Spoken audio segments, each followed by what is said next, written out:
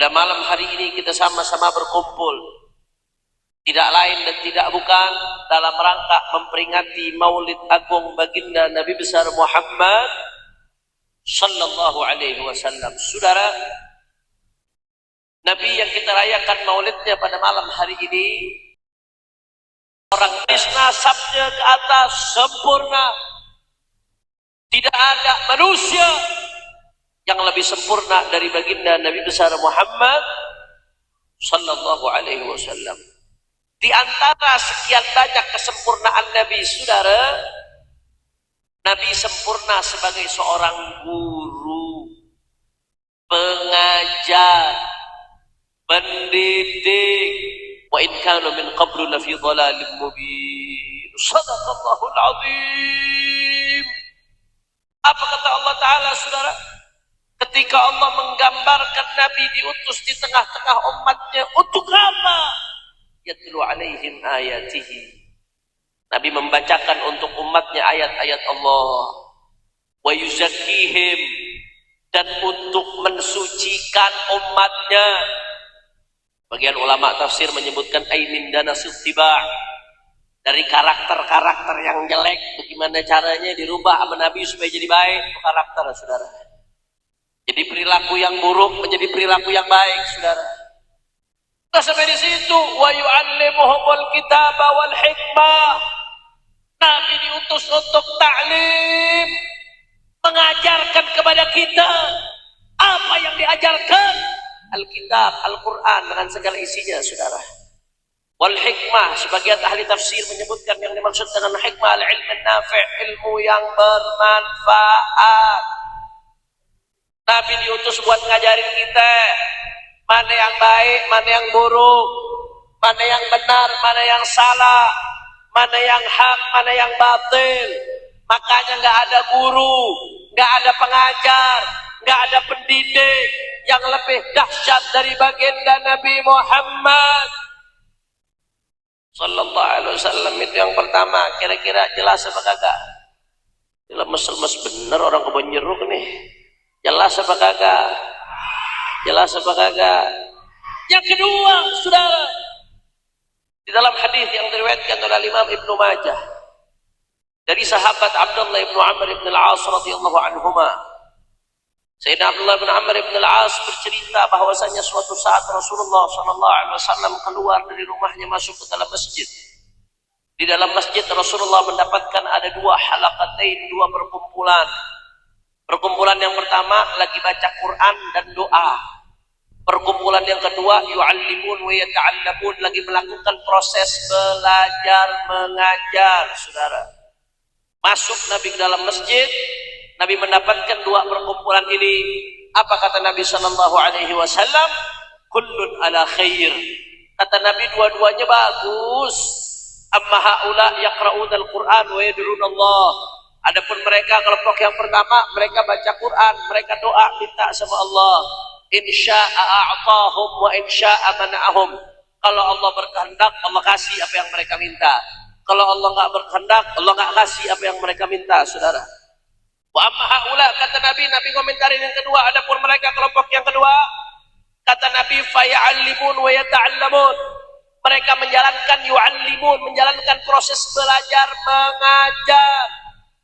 Begitu Nabi mengisyaratkan kepada kelompok yang sedang menjalankan proses belajar mengajar, apa kata Nabi sallallahu alaihi wasallam? Di situ Nabi mendeklarasikan dirinya, saudara. Nabi mengatakan, innama bu'ithu mu'alliman. Aku diutus, kata Rasulullah, tidak lain dan tidak bukan sebagai muallim, pengajar, pendidik, guru. Itulah baginda Nabi Muhammad sallallahu alaihi wasallam. Itu yang kedua. Kira-kira jelas apa kagak? Jadi tadi Nabi mendeklarasikan dirinya diutus sebagai pendidik, alhamdulillah. Yang ketiga, saudara, masuk dalil yang ketiga langsung. Di dalam hadis riwayat Sahih Muslim, kali ini dalam Sahih Muslim, Sayyidatuna Aisyah radhiyallahu anha, istrinya baginda Nabi Muhammad sallallahu alaihi wasallam. Siti Aisyah memberi kabar ketika itu, kata Siti Aisyah, Allah memberikan pilihan kerasnya saking pinternya. Beliau ngomong sama Nabi, tapi ya Rasulullah, tolong jangan kasih tahu bini-bini yang lain kalau aku pilih engkau ya Rasulullah. Maksudnya supaya gak ditiru.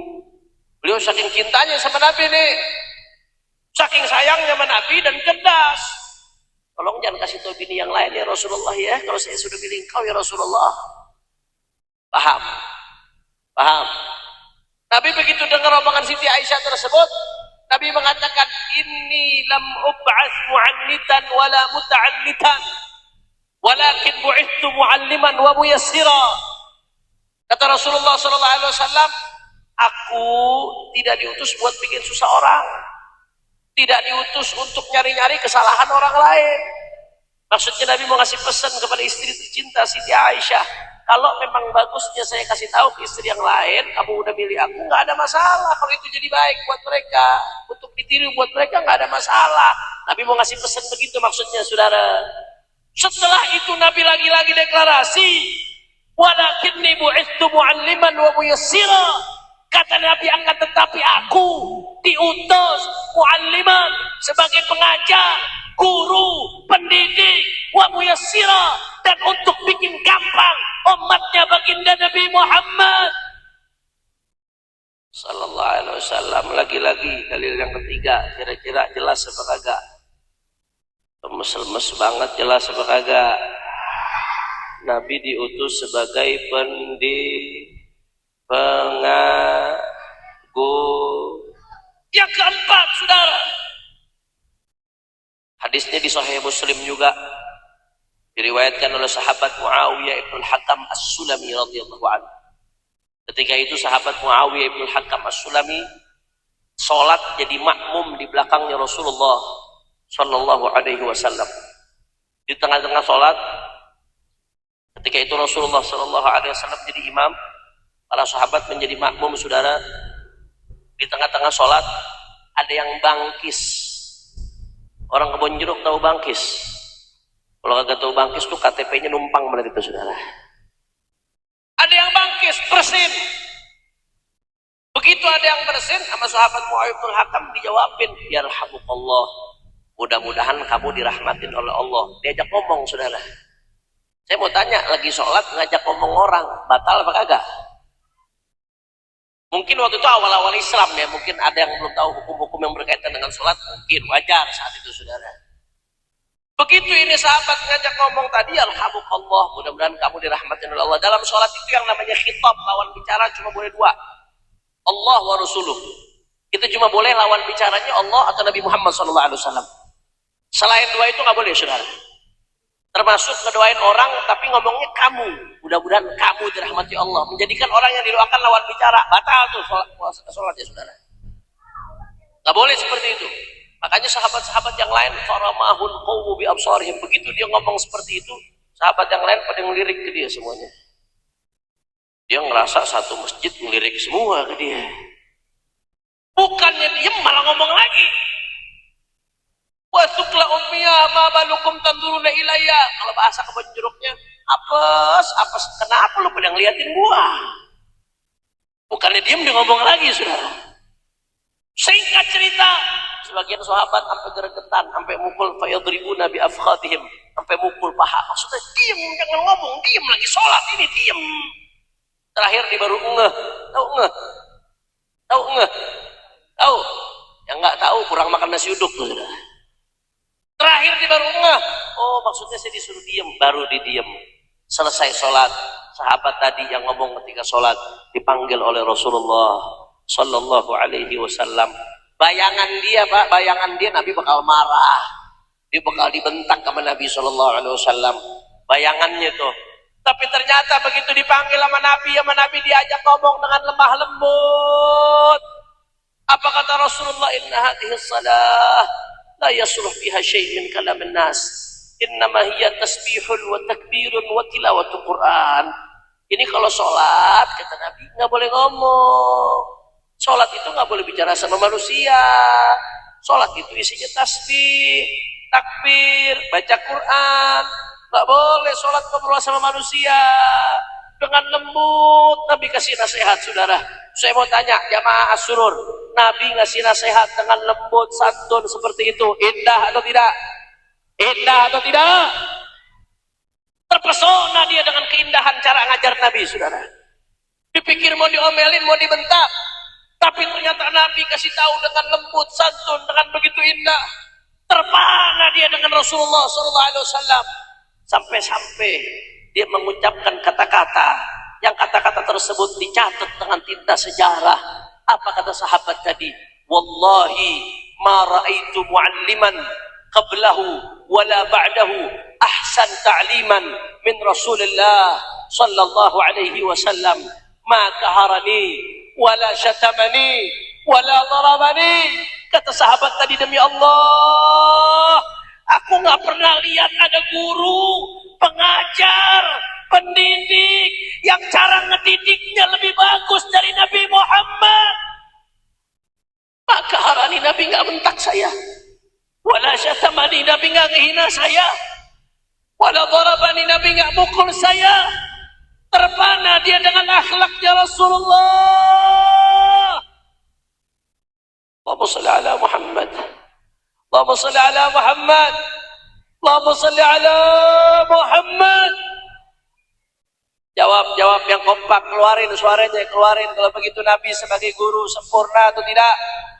Nabi sebagai pengajar sempurna atau tidak? Nabi sebagai pendidik sempurna atau tidak? Apa ada pendidik yang lebih hebat dari Nabi? Apa ada pengajar yang lebih hebat dari Nabi? Apa ada guru yang lebih hebat dari Nabi? Sallu ala Nabi. Allahumma salli wa sallim wa barik alaihi wa ala alihi wa ashabihi. Yang kelima, saudara, salah satu tolak ukur, barometer kesuksesan seorang guru, kalau muridnya sukses. Guru yang berhasil mendidik murid sampai sukses berarti gurunya sukses. Kita lihat di Jakarta ada Sayyidil Walid Habib Abdurrahman bin Ahmad As-Saddaf. Murid-muridnya aja Masya Allah, ulama, aulia, solehin. Itu berarti tanda gurunya sukses. Kita lihat di Jakarta, di Betawi ada muallim Kiai Haji Syafi'i Hadami. Murid-muridnya Masya Allah. Salah satu murid beliau muallim Bunyamin rahimahullah. Kita baru kehilangan beliau, mudah-mudahan kita dapat keberkahannya. Muridnya jadi begitu, saudara. Muridnya orang-orang soleh, aulia, ulama. Murid-muridnya sukses, tanda berarti gurunya Itu salah satu tolak ukur. Kalau tolak ukur ini kita terapkan ke Rasulullah SAW. Siapa muridnya Rasulullah? Sayyidina Abu Bakar Siddiq, Sayyidina Umar bin Khattab, Sayyidina Uthman bin Affan, Sayyidina Ali bin Abi Thalib radhiyallahu anhum. Begitu juga baqiyatul ashra al-mubasysyirin bil jannah, sisa daripada 10 sahabat yang mendapat jaminan masuk surga. Sa'dun Sa'id bin Auf, Talhatun wa Abu Ubaidah wa Zubairun Sadatun Ghuraru. Belum lagi wa Hamzatun wa Kadal Abbas Sayyiduna wa Najruhul Habru man zalat bihil khiyaru. Luar biasa sahabat-sahabat Nabi, saudara. Mereka tinggal mayoritas di Mekah, Madinah asalnya, dikelilingi padang pasir. Tapi meski demikian, mereka bisa membuat peradaban dunia, saudara. Santri-santrinya Rasulullah, para sahabat, berhasil membuat dunia tunduk, menyebarkan Islam ke seantero dunia. Persia tunduk, Romawi tunduk dengan murid-muridnya baginda Nabi Muhammad sallallahu alaihi wasallam. Saudara, murid-muridnya saja menggoncangkan dunia. Murid-muridnya tiada duanya. Bagaimana dengan gurunya Rasulullah? Allahumma shalli ala Muhammad. Udah gak bakal habis dah kalau bicara tentang Nabi, saudara. Gak bakal habis. Nih, belum bicara yang lain nih, Pak. Baru sisi Rasulullah sebagai pengajar, guru, pendidik. Belum bicara yang lain, belum. Ini mau bahas ini aja nih. Jangankan semalam 2 malam, sehari 2 hari, seminggu sebulan gak gerapi, saudara. Abu Yasid Muhammad bin Alal Maliki sampai tulis kitab khusus judulnya Usul At-Tarbiyah An-Nabawiyah, fondasi pendidikan kenabian. Cuma bicara soal bagaimana pendidikannya Rasulullah SAW. Ada Syekh Abdul Fattah Abu Ghuddah, juga salah satu guru daripada Al-Walid Al-Habib Rizik, guru hadis beliau, Allamah Muhaddits. Syekh Abdul Fattah Abu Ghuddah nulis kitab khusus judulnya Ar-Rasulul Muallim wa Asalibuhu fit Ta'lim. Bagaimana sosok Nabi sebagai seorang pengajar, guru, pendidik, wa asalibuhu fit ta'lim, dan bagaimana metodologi pendidikannya Rasulullah SAW. 200 halaman lebih, Pak. Cuma bicara Nabi sebagai seorang pendidik. Luar biasa, saudara. Makanya nggak bakal rapi, udah nggak bakal beres, nggak akan pernah selesai kita. Ini baru satu doang nih yang kita sorot. Belum lagi sisi-sisi yang lain yang berkaitan dengan Nabi, kesempurnaan Rasulullah dalam aspek-aspek lainnya. Makanya saudara, andai kita seumur hidup kita pakai itu setiap menit, setiap detiknya buat bicara tentang kesempurnaan Rasulullah, maka nggak akan selesai, saudara. Jangankan seumur hidup, andai air di lautan dijadikan tinta untuk nulis kesempurnaan Rasulullah, maka nggak akan cukup untuk menggambarkan kesempurnaan Nabi Muhammad. Allahumma sholli ala Muhammad. Makanya saya mau tanya, jawab yang kompak. Kalau begitu Nabi sempurna atau tidak? Sempurna atau tidak? Agung atau tidak? Mulia atau tidak? Apa ada yang lebih sempurna dari Nabi? Apa ada yang lebih hebat dari Nabi? Kalau begitu Rasulullah sebagai guru sempurna atau tidak? Rasulullah sebagai pengajar sempurna atau tidak? Rasulullah sebagai pendidik sempurna atau tidak? Apa ada guru, pengajar, pendidik yang lebih hebat dari Nabi? Semua angkat tangannya, as-surur, takbir, takbir, sallu ala Nabi. Allahumma salli wa sallim barik alaihi wa ala alihi. Berapa nih? Udah setengah, saya mau lanjut udah setengah 12. Katanya orang sini kalau setengah 12 sudah pada tidur biasanya. Lanjut apa kagak ini? Bu, nah ibu-ibu banyak ini, suara kagak ada, jangan-jangan kuntilanak itu. Bu, sehat bu, baik bu. Kita doain memang ibu-ibunya panjang umur, sehat walafiat, makin disayang sama suaminya. Tapi kalau yang saya lagi ceramah, ibu-ibunya ngobrol, saya doain lakinya kawin 3. Bercanda bu. Kenapa Pak? Saya negor ibu-ibu duluan. Karena kalau ibu-ibu udah aman, yang lain aman. Ibu-ibu ini penguasa jalanan, setnya ke kanan, beloknya ke kiri, saudara. Kenapa Bu? Hah? Mau ke toilet, anterin kamar mandi. Doain berjadi anak soleh, insya Allah. Nah, anak-anak kita semua jadi anak soleh. Amin ya Rabbal. Jangkain mau ngadu ke ibunya, saya negor ibu-ibu. Lanjut. Ya, lemes-lemes bener. Lanjut. Masih semangat apa kagak? Lanjut. Yakin? Betul.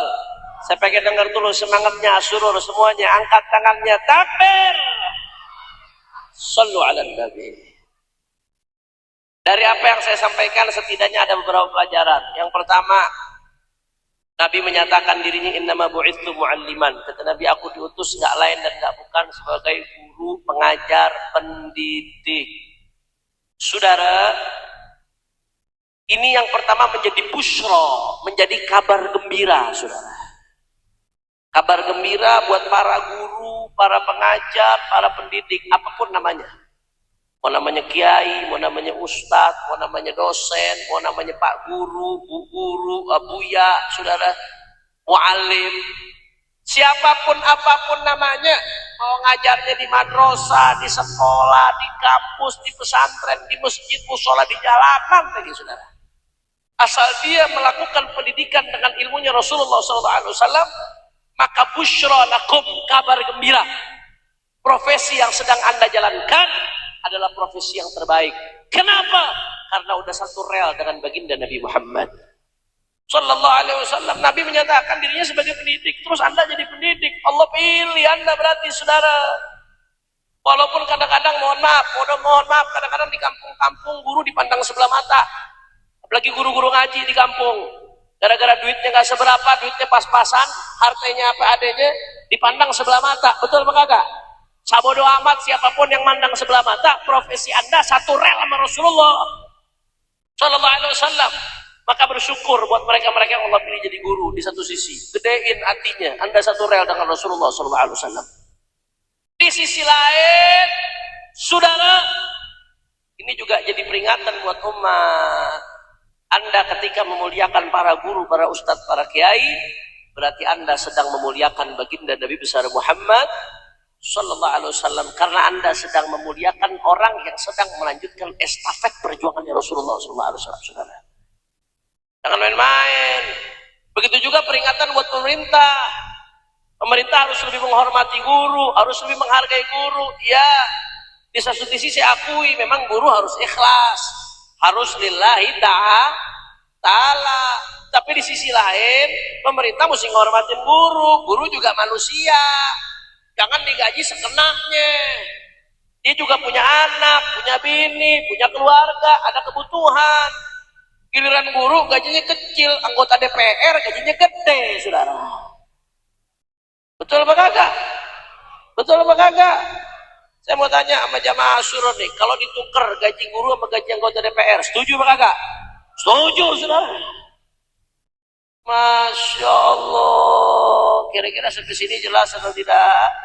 Maka pemerintah wajib lebih menghargai guru, bukan sekedar seremonial, tapi betul-betul dijamin daripada kehidupan setiap daripada guru-guru, karena menghargai mereka sama saja menghargai baginda Nabi besar Muhammad Sallallahu Alaihi Wasallam. Yang kedua, saudara, dari apa yang saya sampaikan, Nabi tadi menyampaikan innama bu'itsu mu'alliman. Kata Nabi, aku diutus, pakai kata-kata innama. Innama itu kalau kita belajar nahu sama Ustaz Zain, kalau kita belajar nahu sama beliau, innama itu yufidul hasr, menunjukkan makna hasr, artinya tidak lain dan tidak bukan. Aku diutus tidak lain dan tidak bukan sebagai pendidik, mu'allim. Nabi kalau udah menyatakan begitu, itu berarti memberikan isyarat saking pentingnya pendidikan, saking pentingnya pengajaran, sampai-sampai Nabi mengatakan aku diutus gak lain dan gak bukan kecuali sebagai pendidik. Makanya Nabi sampai bilang dalam hadis lain, man yuridillahu bihi khairan yufaqihu fiddin.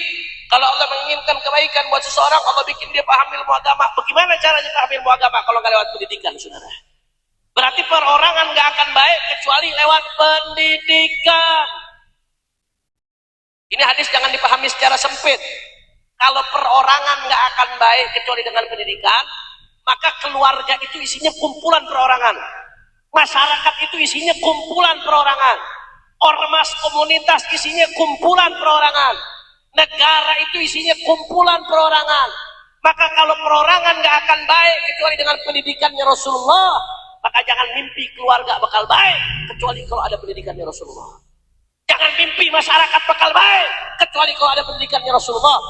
Jangan mimpi ormas Anda, komunitas Anda, kelompok Anda bakal baik kalau di dalamnya nggak ada pendidikan Rasulullah.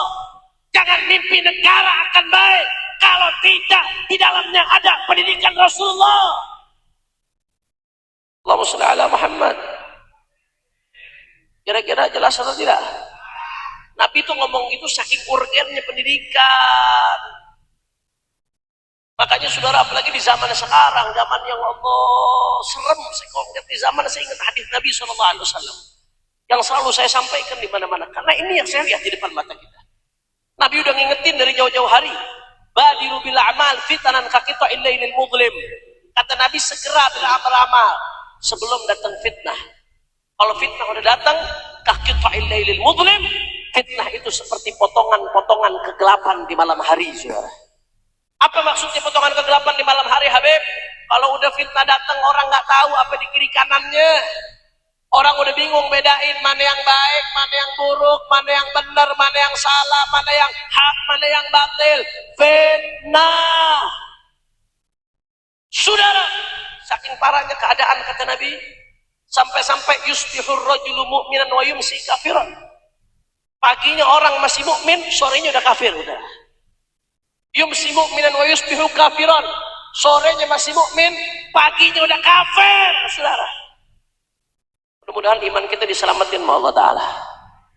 Dan ini kelihatan depan mata saya, depan mata kita. Berapa banyak orang paginya imannya masih mantap, siangnya buka media sosial, lihat hal-hal yang menebar syubhat, yang menyebabkan keraguan di tengah hatinya, malamnya udah berubah imannya, saudara. Udah goyang keyakinannya. Na'udzubillah min. Pengen selamat, pengen selamat, pengen selamat. Ulama mengatakan wala yaslam fiha illa man ahyallahu qalbahu bil ilm. Tidak akan selamat kecuali orang-orang yang Allah hidupkan hatinya dengan cahaya ilmunya, baginda Nabi Muhammad sallallahu alaihi wasallam. Maka oleh karena itu, saudara, momentum perayaan Maulid Nabi jangan cuma sekedar dijadikan seremonial, makan, kumpul, habis itu bubar, selesai. Momen Maulid Nabi harus menjadikan waktu, tempat untuk ngikat kita dengan Rasulullah. Bagaimana cara ngikat kita dengan Rasulullah? Paham ajarannya. Bagaimana cara paham ajarannya? Harus lewat pendidik. Momen Maulid Nabi ini harus jadi momentum untuk membangkitkan pendidikan Islam. Diri kita mesti dapat pendidikan Islam. Keluarga kita mesti dapat pendidikan Islam. Masyarakat kita mesti dapat pendidikan Islam. Negara kita harus betul-betul mendapatkan pendidikan Islam. Makanya saya mau kasih oleh-oleh nih. Sebelum saya tutup ceramah saya mau kasih oleh-oleh buat semua masyarakat Kebon Jeruk. Mau nggak oleh-oleh? Ini buat dibawa pulang nih. Tapi oleh-olehnya bukan besek, bukan berkat. Ini oleh-oleh roadmap, peta perjalanan kita supaya hidup selamat, saudara. Supaya nempel terus sama ilmunya Rasulullah SAW. Maka jangan lepas dari salah satu dari 4M. Di tengah keluarga kita, di tengah daripada masyarakat kita, saudara, di tengah setiap daripada keluarga kita, usahakan jangan lepas dari salah satu dari 4M. Berapa M? Berapa M? Bukan 4 miliar ya. 4M. Apa maksudnya 4M, Habib? M yang pertama mondok. M yang pertama apa? Orang kompak. M yang pertama apa? Orang semangat. M yang pertama apa? Mondok, saudara. Masukin anak pondok pesantren udah paling bener sekarang. Udah paling bener masukin anak ke pondok pesantren di zaman ini, saudara. Sebab jujur aja dah jawab sama saya, anak kalau nggak dipondokin di rumah, sehari-hari kerjaannya megang apa? Bangun tidur yang dipegang, mau sholat yang dipegang, kelar sholat yang dipegang, lagi depan orang tua yang dipegang, mau makan yang dipegang, sendok, makan megang HP, mau ngobok kuah pakai HP. HP nggak berhenti-berhenti. Bahkan ada survei, saudara, ada studi membuktikan Indonesia salah satu negara di dunia dengan durasi penggunaan HP terlama per hari. Indonesia salah satunya, saudara. Jadi kalau dipukul rata-rata orang Indonesia sehari pegang HP 7 sampai 8 jam, saudara, per hari. Lu bayangin 7-8 jam kalau dipakai buat baca Quran, lu udah bisa terbang semua lo jadi wali. Per hari 7-8 jam baca Quran. Ini fakta. 7-8 jam itu rata-rata. Belum yang main Mobile Legend ini. Tunjuk-tunjukkan lo pada lo. Belum yang main Free Fire. Belum yang main Roblox. Belum lagi yang judi online. 7-8 jam per hari. Bayangin Bapak Ibu sekalian. Bapak-bapak ngobrol sama anak sehari setengah jam aja udah hebat banget kalau bisa. Setengah jam sehari bisa ngobrol sama anak, luar biasa. Ibu-ibu 1 jam bisa ngobrol sama anak sehari, udah hebat banget itu. Ini anak-anak kita di masa pertumbuhan, lagi pembentukan pola pikir dia, pembentukan karakter dia, pembentukan keyakinan dia. Gurunya bukan lagi bapaknya, gurunya bukan lagi ibunya, gurunya bukan lagi kiainya. Gurunya Facebook, Instagram, Twitter, YouTube, Tik. Betul apa kagak? Dicekokin begituan tiap hari, saudara. Saya bicara fakta. Ibu bicara berbusa-busa bapak sama anak, didengerin sebentar doang, sisanya dia lebih banyak denger apa yang di HP saudara. Itu yang membentuk pikiran dia sekarang. Itu yang membentuk daripada mindsetnya. Itu yang membentuk daripada pola pikirnya, pola pandangnya, bahkan imannya, saudara. Serem Pak. Makanya begitu tuh anak masuk ke pesantren, Masya Allah, dilepas dulu itu anak dari barang yang namanya HP. Bukan supaya dia tinggalkan teknologi, bukan. Tapi tunggu dia, biarkan dia siap pada waktunya. Ini masa pembentukan. Dia harus dibentuk karakternya oleh orang-orang yang terpercaya, saudara. Masuk ke pesantren, jam 3 udah dibangunin tahajud. Didoain bapak ibunya sama tuh anak, saudara. Subuhnya berjamaah, 5 waktunya berjamaah. Zikirnya diperhatiin. Anak-anak ketika di luar sibuk dengan HP-nya. Tapi anak-anak Anda di pesantren sibuk tangannya megang Al-Quran. Makanya saya ngomong, itu yang namanya para kiai-kiai yang gak masuk pesantren, para ustadz yang masuk pesantren, Anda mau bayar berapapun, Anda gak bakal bisa balas jasa mereka, saudara. Cuma Allah yang bisa balas jasa mereka.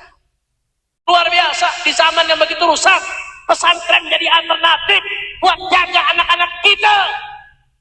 Makanya guru saya, Profesor Dr. Al-Habib Abdullah bin Muhammad Baharun, menyatakan apa? Kata beliau, pesantren itu qal'at al-muslimin wa Indonesia. Pesantren itu adalah benteng terkuat Indonesia dan benteng terkuat umat Islam secara khusus di Indonesia, saudara. Kalau mau Indonesia hancur, hancurin bentengnya. Apa bentengnya? Pesantren. Makanya hati-hati. Belakangan ini ada gerakan untuk saudara membuat citra buruk pesantren di mata masyarakat. Ada satu aja nih kesalahan pesantren ini, 1, 2 kesalahan-kesalahan oknum, di blow up besar-besaran. Seolah-olah nanti pengen dibikin kesan, seolah-olah pesantren itu semuanya tempat cabul, tempat pelecehan seksual, tempat kekerasan seksual, tempat penyimpangan seksual, tempat saudara feodalisme, perbudakan modern. Pesantren itu seolah-olah adalah tempatnya bully, saudara. Padahal yang model begitu 1, 2 itu pun kita dukung. Kalau ada yang seperti itu wajib dihukum seberat-beratnya. Karena selain dia penjahat, dia merusak citra pesantren. Betul apa kagak? Betul apa kagak? Tapi pesantren yang lain yang bagus banyak. Yang pengasuhnya soleh banyak. Jangan gara-gara yang begini di blow up besar-besaran seolah-olah itu mewakili wajah pesantren. Pelecehan seksual, yang namanya kekerasan seksual, yang namanya bully di luar pesantren jauh lebih parah, saudara. Betul apa kagak? Betul apa kagak? Ngapa jadi pesantren lobok-lobok? Saya menyampaikan ini bukan omong kosong, Pak. Ada satu ibu-ibu perempuan hidup di lingkungan majelis. Ini ibu di lingkungan majelis, keluarganya ulama, datang ngomong sama saya nggak mau lagi, kayaknya ngeri masukin anak ke pesantren. Di pesantren banyak penyimpangan seksual, kekerasan seksual. Artinya dia sampai terpengaruh, saudara. Karena memang ada upaya untuk membuat citra itu. Saya kurang lebih 2 bulanan lalu menemani Imam Besar Habib Rizik Syihab. Kami melakukan pertemuan dengan Bapak Menteri Agama Republik Indonesia, Bapak Profesor Dr. Nasaruddin Umar. Kemudian seminggu berikutnya saya melakukan pertemuan lagi dengan Menteri Agama, kali itu menemani guru saya, Profesor Habib Abdullah Baharun, melakukan pertemuan dengan Menteri Agama Republik Indonesia, Bapak Profesor Dr. Nasaruddin Umar. Di 2 pertemuan itu ada satu hal yang sama-sama kami sampaikan. Saya yang menyampaikan ketika itu, saudara. Kami nyatakan, Pak Menteri, Pak Prof, ini saya khawatir, saya lihat ada upaya sistematis, masif untuk merusak citra pesantren, sebagaimana yang saya gambarkan tadi, saudara. Menteri Agama mengatakan, iya Habib, saya juga menemukan, saya mencium ada gerakan seperti itu, kata dia. Dia mengaku itu, saudara. Makanya ketika itu kami minta kepada Menteri Agama, tolong Menteri Agama ambil langkah tegas. Apa langkah tegasnya? 1, kalau ada orang-orang yang nggak punya kompetensi, nggak layak buat bikin pesantren, jangan diizinin buat bikin pesantren. Itu yang bakal merusak pesantren nantinya, saudara. Betul apa kagak? Tapi di sisi lain, kalau ada orang-orang yang coba merusak citra pesantren, mencoreng citra pesantren, Kementerian Agama, Pemerintah Republik Indonesia wajib melindungi pesantren dan menjaga nama baik pesantren, saudara. Betul? Betul. Makanya saudara saya mau ajak, ayo umat Islam, ayo kita jaga pesantren, makmurkan pesantren, dukung pondok pesantren, dukungan moral, dukungan material, saudara. Pondokin anak-anak kita di pondok pesantren, udah paling aman, udah paling bagus. Yang penting pesantren yang jelas, pesantren Ahlus Sunnah. Jangan mondokin anak, yang penting yang dilihat bangunan aja, bangunan saudara. Bangunan bagus, sarana prasarana penting, tapi itu nomor sekian. Yang dilihat yang duluan apa nih ajarannya? Ahlus Sunnah wal Jamaah bukan? Soleh nggak orangnya, muasisnya, pendirinya, pengajarnya? Bagaimana keistiqomahannya? Bagaimana kegiatannya di pesantren? Itu yang mesti dilihat saudara. Jangan yang dilihat cuma bangunan doang. Kalau bangunan doang akhirnya kata Habib Hanif yang penting mondok. Lihat Az-Zaitun bangunannya bagus tuh. Mondokin anak Az-Zaitun belajar sama Syekh Panji Gumilang saudara. Nyanyi lagu Israel akhirnya tuh anak. Jelas apa kagak? Jelas apa kagak? Hidupkan pondok pesantren. Kalau ada satu orang yang coba-coba menyebar citra buruk kepada pesantren, saudara, satu keburukan pesantren ditampilkan, kita lawan dengan 1000 kebaikan pesantren, 1000 keistimewaan pesantren, 1000 jasa-jasa pesantren buat negeri kita, saudara. Makanya saya mau tanya, semua masyarakat Sukabumi siap jaga pondok pesantren, siap makmurkan pondok pesantren, siap hidupkan pondok-pondok pesantren. Kalau ada yang mau menghancurkan pesantren, diamkan atau lawan? Diamkan atau lawan? Takbir. Jadi M yang pertama apa? Kurang semangat. M yang pertama apa? Habib, anak saya kagak bisa Habib mondokin anak Habib. Saya kagak bisa jauh dari anak, dikempet mulut anak saudara. Bagaimana Habib? Ya udah nggak apa-apa, kalau nggak bisa nggak apa-apa. Ambil M yang kedua. Apa M yang kedua? Madrasah. M yang kedua apa? Madrasah banyak yang bagus-bagus kok. Di madrasah anak-anak umat Islam dunianya dapat, akhiratnya dah. Man arada dunya fa alaihi bil ilmi wa man arada al akhirata fa alaihi bil ilmi wa man aradahuma fa alaihi bil ilmi. Madrasah tempatnya itu saudara. Ilmu dunianya dapat, ilmu akhiratnya dapat di madrasah. Enggak, apalagi di Jakarta ketika kekurangan madrasah yang bagus, yang unggulan, kenapa takut? Ada umat Islam geng, dunia dapat, akhirat dah. Giliran doa, Rabbana atina fid dunya wa fil akhirati, pengen hasanah dunia, hasanah akhirat, tapi didik anaknya dunia akhirat kagak mau saudara. Kira-kira jelas apa kagak? M yang pertama apa? Kurang kompak. M yang pertama apa? M yang kedua, ulangin lagi biar hafal. M yang pertama, M yang kedua. Beb, anak saya udah terlanjur masuk ke sekolah yang bukan madrasah. Bagaimana nih? Udah biaya keluar. Kalau saya tarik lagi saya kagak mampu Beb, biayanya lagi dari ulang lagi. Ya udah nggak apa-apa, ada solusi. Ambil M yang ketiga. Apa itu M yang ketiga? Mengaji. M yang ketiga apa? Apa M yang ketiga? Sekali lagi. Tadi M yang pertama, M yang kedua, M yang ketiga. Ngaji. Biar bisa baca Quran, biar tahu halal haram, biar tahu cara-cara ibadah. Jangan nggak ngaji sama sekali. Betul apa kagak? Besok kamu kalau anak-anak kamu nggak bisa ngaji, kamu mati siapa mau bacain? Ada orang kaya raya, duitnya asetnya miliaran, pas mati yang namanya karangan bunga berjejer saudara. Jabatan tinggi, luar biasa, begitu mati saudara, itu yang namanya jasadnya masih di tengah-tengah rumah, mayat masih belum dikubur, udah setel kaset Quran saudara. Ini kemana anaknya kagak ngajiin? Oh, anaknya nggak bisa baca Quran. Kalau udah begitu mati anak nggak bisa baca Quran, apa artinya duit? Apa artinya harta? Apa? M yang keempat apa? Nggak ada alasan buat nggak hadir majelis, barang seminggu sekali, nggak bisa hadir buat akhirat. Bohong, nggak ada waktu Beb, bohong. Kalau buat main HP waktu ada apa kagak? Buat ngopi waktu ada apa kagak? Buat ngobrol waktu ada apa kagak? Giliran buat majelis nggak ada waktu. Layangan singit. Betul apa kagak? Buat akhirat nggak ada waktu. Alhamdulillah tahdud hari ni'mah. Saya pengajian rutin 19 titik. Itu dengan 19 kitab yang berbeda saudara. Itu hampir semuanya ditayangin di channel YouTube saya, Habib Hanif Official. Like, subscribe, and share. Sekalian promosi. Artinya saya mau bilang nggak ada alasan buat nggak ngaji. Mau cari ulama yang alim bagaimana lagi ada di YouTube. Yang penting jangan asal ngaji. Habib Hanif ngaji di YouTube. Akhirnya belajar sama Mama Gupron, saudara. Wa baqalina rahmatan lafi wa Allah. Ngomong mencacing. Jelas apa kagak? Silakan di medsos juga bisa ngaji. Yang penting gurunya ahlus sunnah. Ahlus sunnah. Kira-kira sampai sini jelas atau tidak? Tadi M yang keempat apa? M yang keempat apa? Balik ke M yang pertama apa? Kalau nggak bisa M yang pertama, M yang kedua apa? Nggak bisa M yang kedua, M yang ketiga apa? Nggak bisa M yang ketiga, M yang keempat apa? Mondok ogah, madrasah kagak mau, mengaji ogah, majelis kagak mau. Silahkan ambil M yang kelima. Apa itu? Mati aja loh. Jelas. Habib kasar banget sih, ada bapak di belakang ambil merengut ngomong. Yang ngomong bukan saya, yang ngomong begitu Imam Syafi'i. Kata Imam Syafi'i, "Wa man fatahu ta'lim waqta syababihi, fakabbir 'alaihi arba'an li wafatihi."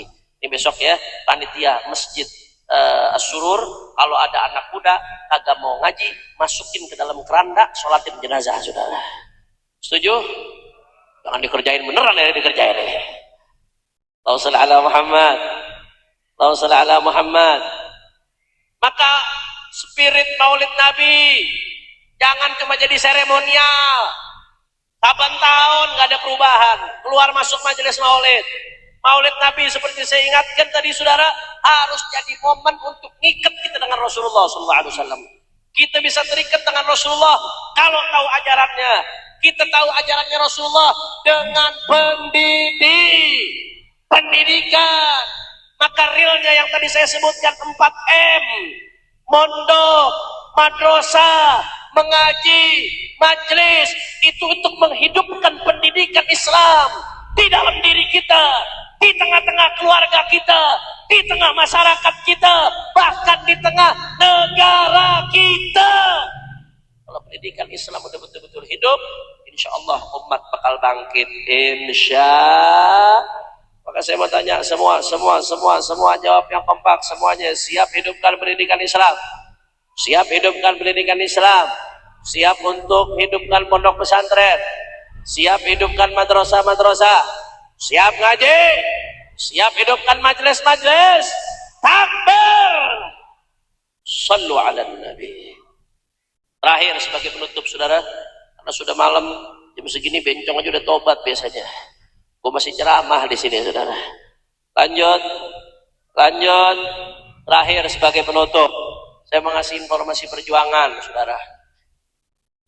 Nah ini intel polisi udah mulai mau ngomong apa nih Habib nih. Saudara, kita sedih.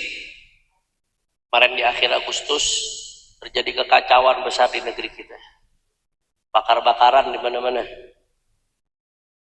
Itu yang namanya pintu tol Pak. Saya seminggu mau masuk pintu tol susah. Pintu tol Pencompongan, sonoan dikit dibakar, gak bisa dipakai. Allah. Sampai tadi pagi itu saya mau masuk pintu tol Pencompongan situ, pintu tolnya masih kebakaran. Akhirnya petugasnya pakai terop sampai kayak mau hajatan gitu, saudara. Bakar-bakaran di mana-mana. Pos-pos dibakar, halte-halte dibakar. Masya Allah. Di Bandung juga begitu. Di Makassar gedung DPRD dibakar. Di Surabaya gedung Cagar Budaya dibakar, saudara. Luar biasa. Saya mau tanya, jawab yang jujur. Ini kita lihat negeri kita kacau begitu, sedih apa kagak? Prihatin atau tidak? Bahkan jatuh korban juga nggak sedikit. Masya Allah, saudara. Singkat saja. Kita sedih. Kita prihatin. Kita nggak mau negeri kita kacau begitu, saudara. Negeri ini terlalu mahal untuk dikorbankan dan diacak-acak, saudara. Tapi di satu sisi, kita jangan hanya sibuk menyetop kerusuhan tanpa mencari akar masalah. Kalau itu yang kita lakukan, saudara, sama saja kita sibuk untuk menghilangkan asap, tapi membiarkan sumber apinya. Padahal kalau nggak ada api, nggak ada Kenapa ada asap? Karena ada api. Kalau cuma sibuk niupin api, sumber niupin asap, sumber apinya dibiarin, didiemin. Mungkin satu tempat tuh asap bakal hilang, tapi tuh api bakal merembet ke tempat lain, bakal terjadi kebakaran yang lebih besar, asap yang lebih banyak, saudara. Betul apa enggak? Begitu juga di negeri kita, jangan cuma sibuk nyetop kerusuhan, Tapi akar masalahnya nggak diselesaikan. Akar masalah yang mesti dirapiin, saudara. Ya, kita nggak pungkiri ada indikasi, ada yang menunggangi kerusuhan-kerusuhan itu, ada yang berusaha memancing di air keruh. Ya bisa jadi, saudara. Tapi lebih jauh dari itu, saudara, kita mesti introspeksi. Ini ada akar-akar masalah yang menyebabkan jadi panas di negeri kita. Di antara penyebab masalahnya apa? Adanya pejabat-pejabat yang tidak berakhlak. Betul atau tidak? Betul atau tidak? Itu salah satu akar masalahnya. Mulut nggak bisa dijaga. Rakyat lagi protes sama DPR. Rakyat ditolol-tololin, saudara. Setolol-tololnya tolol. Akhirnya rumahnya digerebek, saudara. Begitu rumahnya digerebek sama rakyat, ijazahnya ketahuan. Banyak 6-nya ya, saudara. Tolol-tololin rakyat, rapotnya banyak 6. Saya nggak membenarkan penjarahan ya. Penjarahan haram. Terus jangan penjarahan habis lah. Saya nggak membenarkan, nggak, penjarahan hukumnya haram. Ngambil sesuatu yang bukan haknya haram. Kita nggak pengen negeri kita jadi kayak hutan riba, saudara. Nggak. Tapi kita mesti lihat dong sebabnya ini apa. Nggak jaga akhlak. Begitu juga, saudara. DPR lagi diprotes. Ini bapak-bapak lagi pusing nih. Pengeluaran banyak, pengangguran di mana-mana, PHK di mana-mana, barang-barang mahal, pajak tinggi, saudara. Orang rakyat lagi susah di mana-mana. DPR selesai sidang itu, dia joget-joget di gedung DPR, saudara. Padahal itu gedung listriknya dibayar pakai duit rakyat. Kursi tempat dia duduk dibeli pakai duit rakyat. Anggota DPR digaji pakai duit rakyat. Tapi rakyat lagi susah, mereka menari-menari, saudara. Betul atau tidak? Pantas rakyat marah, diprotes, jangan joget-joget. Malah diledek pakai parodi sound forex, saudara. Masya, apa ini? Ini salah satu akar masalah, saudara. Akar masalah. Belum lagi urusan korupsi. Sampai urusan haji dikorupsi. Haji, saudara. Haji. Tahu haji? Haji itu suci, ibadah, dikorupsi. Kurang ajar. Urusan berbagai macam dikorupsi. Belum lagi urusan adanya pejabat-pejabat yang nggak kompeten di bidangnya. Ini akar masalah yang bisa bikin kekacauan. Kalau ini nggak diatasi, kapanpun bisa pecah lagi, saudara. Makanya kita nggak pengen ini terjadi. Jangan udah ribut baru tuntutan dipenuhi, jangan. Nah, kalau kata dokter Khalil Nafis, ya ketua MUI, salah satu ketua MUI di bidang dakwah, dia bilang kadang-kadang negeri kita ini pejabat kalau udah ribut baru diturutin, saudara. Mestinya jangan nunggu ribut. Tapi ala kulli hal kita meratap ke depan, saudara. Kita lihat presiden mengambil langkah bagus.